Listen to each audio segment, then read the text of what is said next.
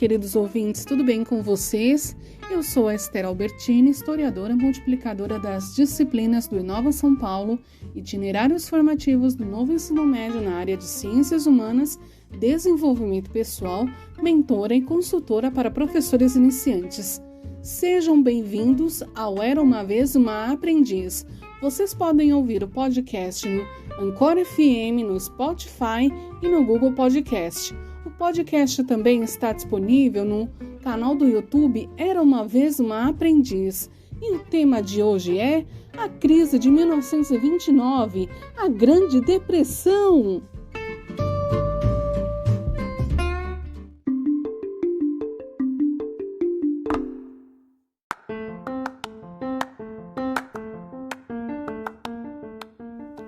A crise de 1929 foi um abalo econômico que teve início nos Estados Unidos logo após a quebra da Bolsa de Valores de Nova York. O capitalismo internacional foi alvo dessa crise e marcou a decadência do liberalismo econômico. O republicano Franklin Delano Roosevelt foi eleito presidente em 1933, apresentando o chamado New Deal como solução para a crise, ou seja, maior participação do Estado na economia. A crise teve impacto na economia e na sociedade mundial. No Brasil, a produção cafeeira entrou em colapso e a oligarquia, que estava no poder, foi enfraquecida, abrindo espaço para a Revolução de 1930.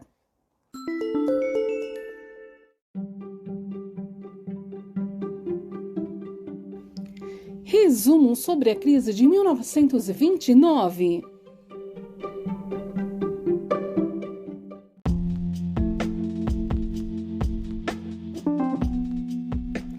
A crise de 1929 foi um abalo no sistema capitalista internacional e marcou a decadência do liberalismo econômico. Logo após o final da Primeira Guerra Mundial, em 1914 a 1918, os Estados Unidos se tornaram a maior potência capitalista do mundo.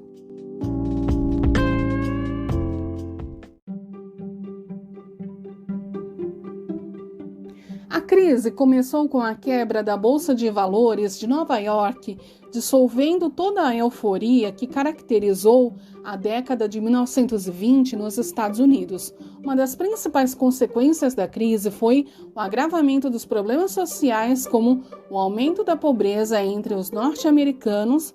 Franklin Delano Roosevelt foi eleito presidente apresentando como solução o New Deal, ou seja, maior intervenção do Estado na economia para salvar o país da crise. No Brasil, a crise desvalorizou o preço do café, enfraquecendo a oligarquia que estava no poder e abriu espaço para a Revolução de 1930.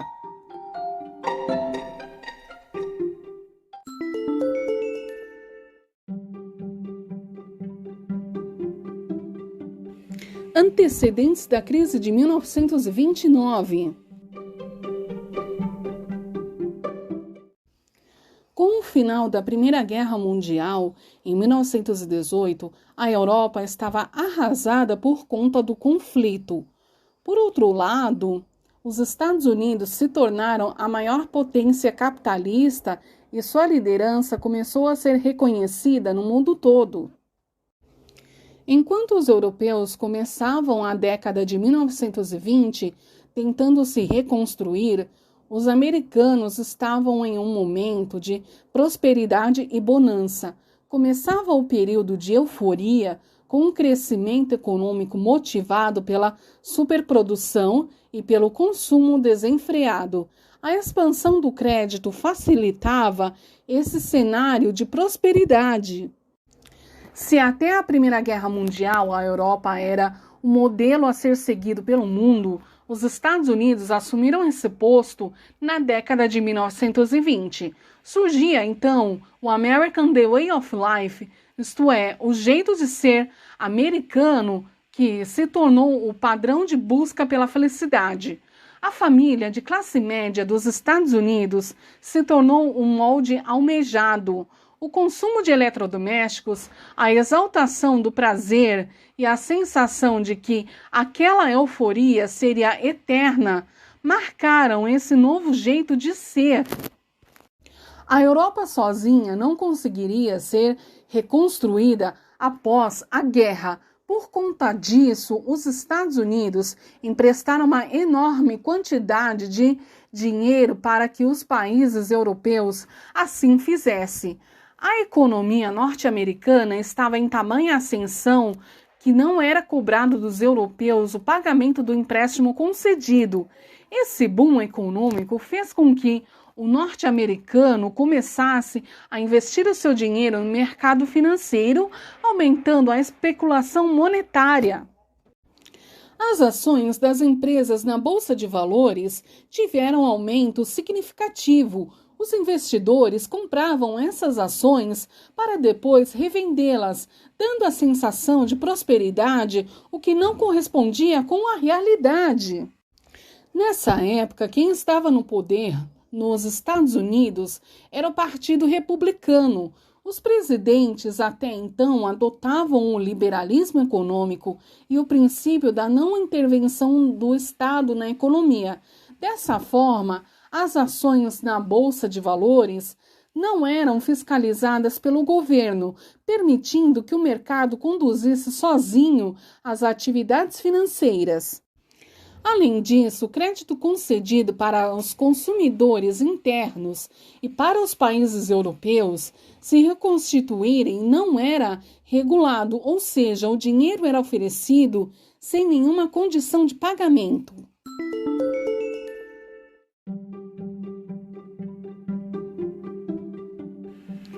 Causas da crise de 1929.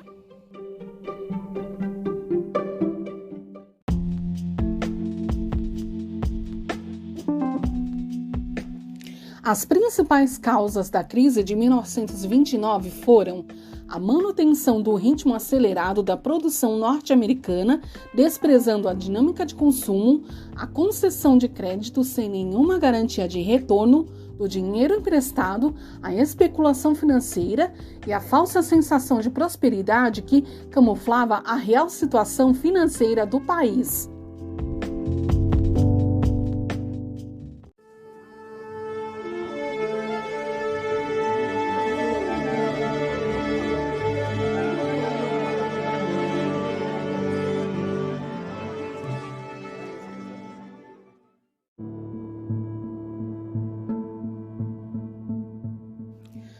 Quebra na Bolsa de Valores de Nova York.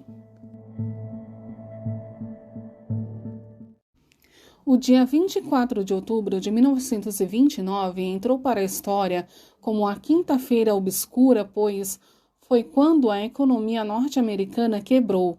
Neste dia, os investidores colocaram 12 milhões de ações à venda, o que gerou pânico no mercado financeiro. Nos dias seguintes, esse movimento de venda de ações só aumentou, o que gerou a desvalorização dessas ações. Era o fim do período de prosperidade e euforia para os Estados Unidos. Não demoraria para que essa crise se alastrasse pelo país inteiro, colocasse na pobreza quem passou os últimos anos consumindo exacerbadamente e levasse ao caos econômico e social para todo o mundo.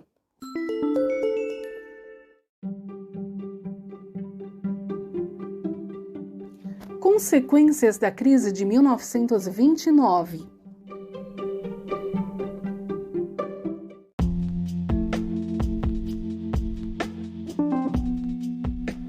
As principais consequências da crise de 1929 foram a queda nos números de importação e exportação dos Estados Unidos, a redução do PIB norte-americano, a diminuição dos empréstimos internacionais, o decrescimento da produção industrial, a falência de empresas e bancos.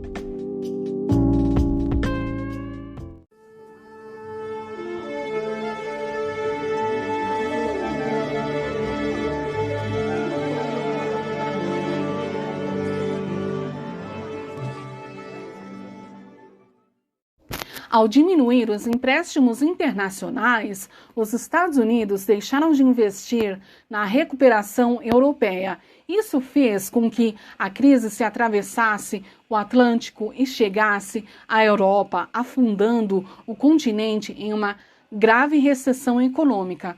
Com a economia em crise, o desemprego aumentou, o que motivou greves e manifestações sociais.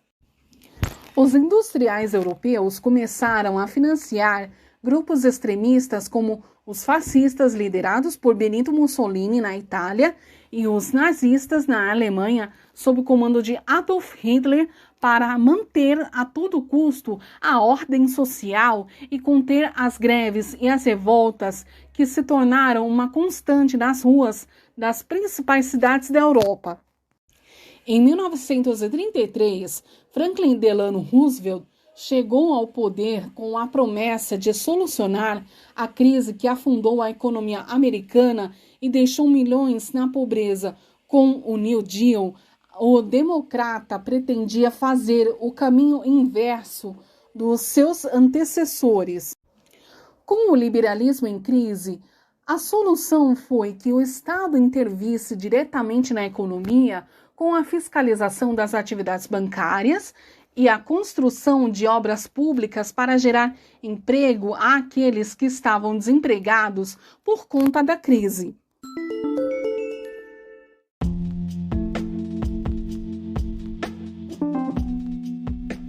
Consequências da crise de 1929 no Brasil.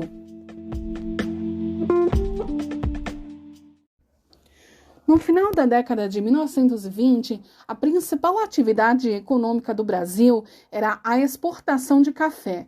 Os Estados Unidos eram os maiores compradores da produção cafeeira, o que levou os latifundiários a produzir em larga escala para atender à demanda. Com a crise de 1929, a economia americana parou. E um dos sinais dessa paralisação foi a queda da importação. Isso afetou diretamente a produção cafeeira, que teve a desvalorização no mercado externo.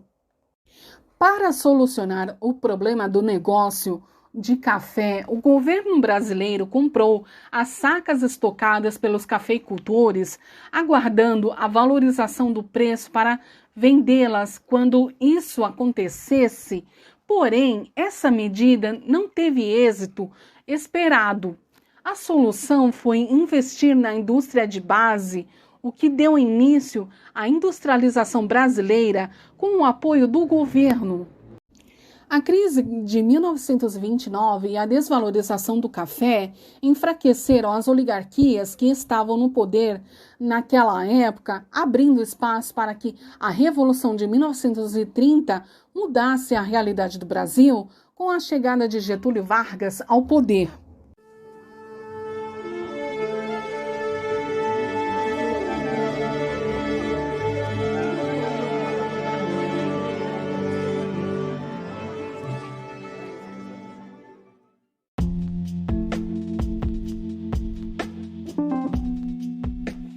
Uma breve explicação aqui. Quanto à crise de 1929, as consequências que teve aqui no Brasil foi o fato de que a industrialização aconteceu aqui no Brasil na marra. Por quê?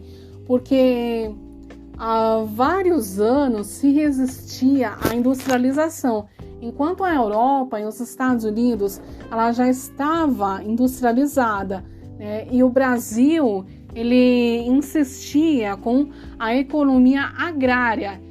Então, com essa crise, acabou enfraquecendo as oligarquias brasileiras. Então, querendo ou não, o Brasil acabou tendo que se industrializar na marra. E quando o Getúlio Vargas entrou no poder, ele acabou presenteando, entre aspas, o brasileiro com a CLT, a Consolidação das Leis Trabalhistas, que estava sendo confeccionada na República Velha e ela ficou engavetada. Quando o Vargas entrou no poder, então ele acabou presenteando o brasileiro com a legislação trabalhista, férias, licença maternidade, entre outros benefícios da consolidação das leis trabalhistas. Ou seja, era um direito do trabalhador brasileiro, mas que acabou virando um presente, uma recompensa, que na verdade não deveria ser tratado dessa forma, mas foi tratado. Então, o deveria, então, acaba sendo excluindo da questão. E sim, vamos colocar de uma forma realista. Foi tratado dessa forma, como uma recompensa, algo que era obrigação de quem estava no poder.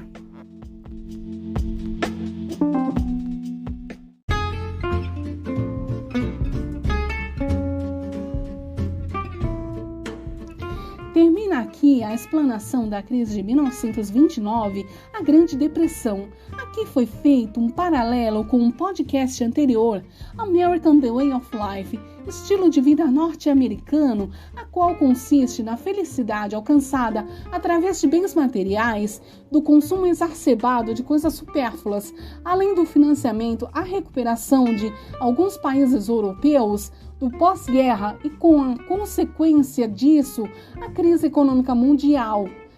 Em contrapartida, não respingou muito no Brasil, a não ser pelo fato do Brasil acabar cedendo à industrialização e à consolidação de direitos trabalhistas após séculos de resistência à industrialização ao insistir no modelo agrário. Eu sou Esther Albertini, historiadora multiplicadora das disciplinas do Inova São Paulo, itinerários formativos do novo ensino médio na área de ciências humanas, desenvolvimento pessoal, mentora e consultora para professores iniciantes. Por hora é isso. Até a próxima!